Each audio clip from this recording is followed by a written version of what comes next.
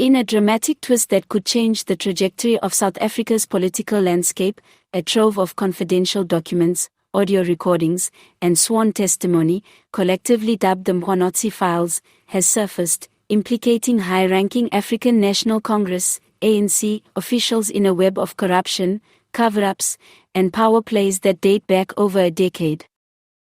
At the heart of this bombshell is retired Police General Bheki Mkhwanazi, a name once synonymous with law and order, who now finds himself in the spotlight not as an enforcer of justice, but as a whistleblower determined to expose what he calls the systemic rot within the ruling party.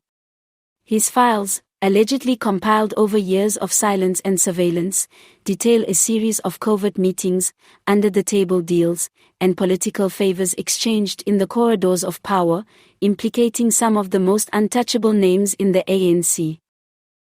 Mkhwanazi's testimony, delivered in a closed-door session to a select parliamentary ethics panel earlier this month, is being hailed as potentially one of the most damaging insider revelations since the Zondo Commission. According to leaked excerpts, he alleges that senior ANC figures, including current ministers and former presidents, knowingly participated in activities that undermined state security, siphoned public funds, and manipulated electoral outcomes. Bank records linking senior party officials to shell companies and overseas accounts. Voice recordings of secret meetings between government officials and private sector operatives. Emails and memos outlining coordinated attempts to suppress internal investigations.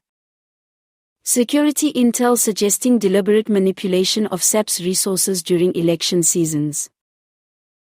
It is said that the documents were originally compiled as a fail-safe during Mkhwanazi's tenure in the intelligence sector, meant to protect himself in case he was ever targeted for silencing. But after years of watching what he calls the decay of democracy, he could no longer keep quiet. President Cyril Ramaphosa, already struggling to keep the ANC unified amidst infighting and a faltering economy, now faces a nightmare scenario. Opposition parties have seized on the revelations, calling for an immediate investigation, suspension of implicated officials, and a public inquiry. EFF leader Julius Malema called the files the final nail in the coffin of ANC credibility, while DA leader John Steenhuisen demanded an urgent parliamentary debate on national security threats arising from the content of the documents. But perhaps the most damning is the internal ANC response itself, divided, panicked, and riddled with paranoia. Some within the party are calling for a full internal probe. Others dismiss the files as a fabrication or political sabotage, hinting at a wider agenda to destabilize the government from within. Still, no official from the presidency has directly addressed the content of the leaks, further fueling public suspicion. The most chilling aspect of the Mkhwanazi files is the sheer scope and timeframe of the alleged misconduct.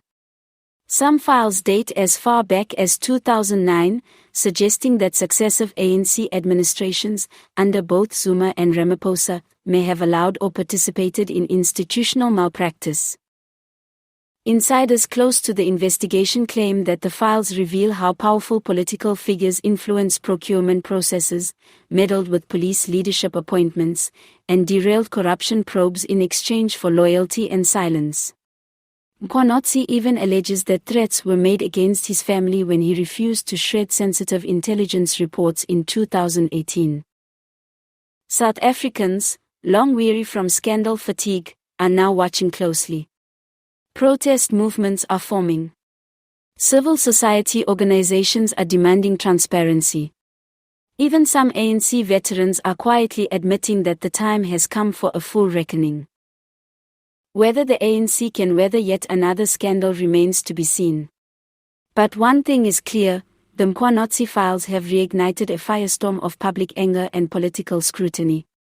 The ruling party, already bruised from elections and struggling to maintain a majority in a coalition-dominated government, may now be on the edge of collapse. And for General Mkhwanazi, this is just the beginning.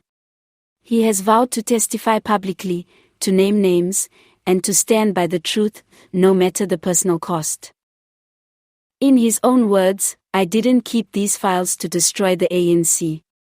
I kept them because I believed one day, South Africa would need to see the truth for itself. The question now is whether the nation, and the party that once led it to freedom, can survive the fallout.